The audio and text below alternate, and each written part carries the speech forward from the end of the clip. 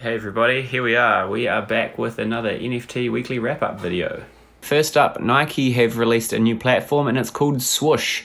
Now this platform the idea of it is to onboard the masses into Web3. So on the platform you're going to be able to buy and sell digital collectibles. They're thinking like more of the wearable side of things. I think like jerseys and shoes, sneakers. You'll also be able to create your own collections and sell these on this platform too. So maybe this is Nike's way of competing with the likes of OpenSea. They get some new users into the space, they get the royalties on sales, and they also get to release their own digital wearables in there too. We'll just have to wait and see how that develops. Wild World, I talked last week how if you hold a wolf, you would be eligible for the snapshot, and then you may then get a opportunity to mint their next collection, which is the Wapes. So that has all been done now. If you go onto a website or on Twitter, you can see the spreadsheet with if you made the cut and how many you'll be able to mint. This has been delayed until December now, partly due to the OpenSea royalties debacle. They weren't really sure about how a new mint would fit in with that and if they agreed with what OpenSea were doing. So they just delayed that while they were waiting for OpenSea to clarify a few things. Buzzies. I talked a little bit about this last week as well.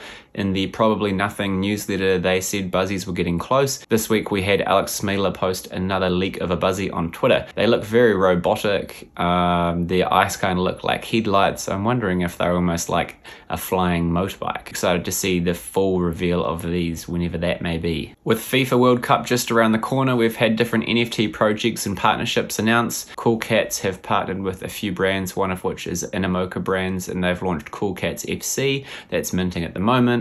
VFriends has some sort of football tournament on the go.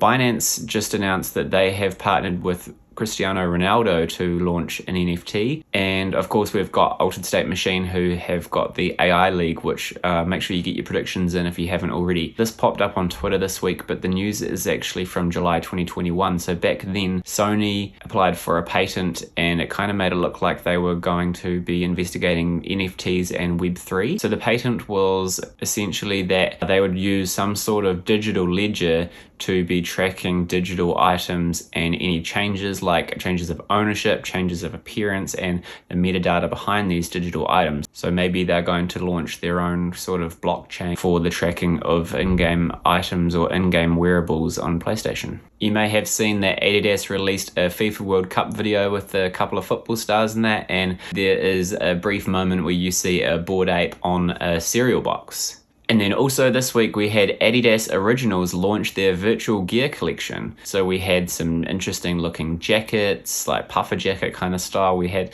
a Bored Ape Yacht Club hoodie, which has blinking eyes all over it. These are currently on OpenSea, and the floor price on the cheaper ones are at 0.075 ETH. And last but not least, I'm sure you will have seen this one. It got quite a bit of attention, but CryptoWalkers have released their third-person shooter game trailer. This is done in Unreal Engine 5, and the quality and the detail and the sound and all of it looks really cool. Also on the back of this, they updated their website, walkerworld.io, and also I noticed, I think this is the first we're hearing about this, of details around how to be a squad holder. So what's a squad holder? A squad holder owns 3 male crypto walkers, 3 female crypto walkers, and 3 of their weapons.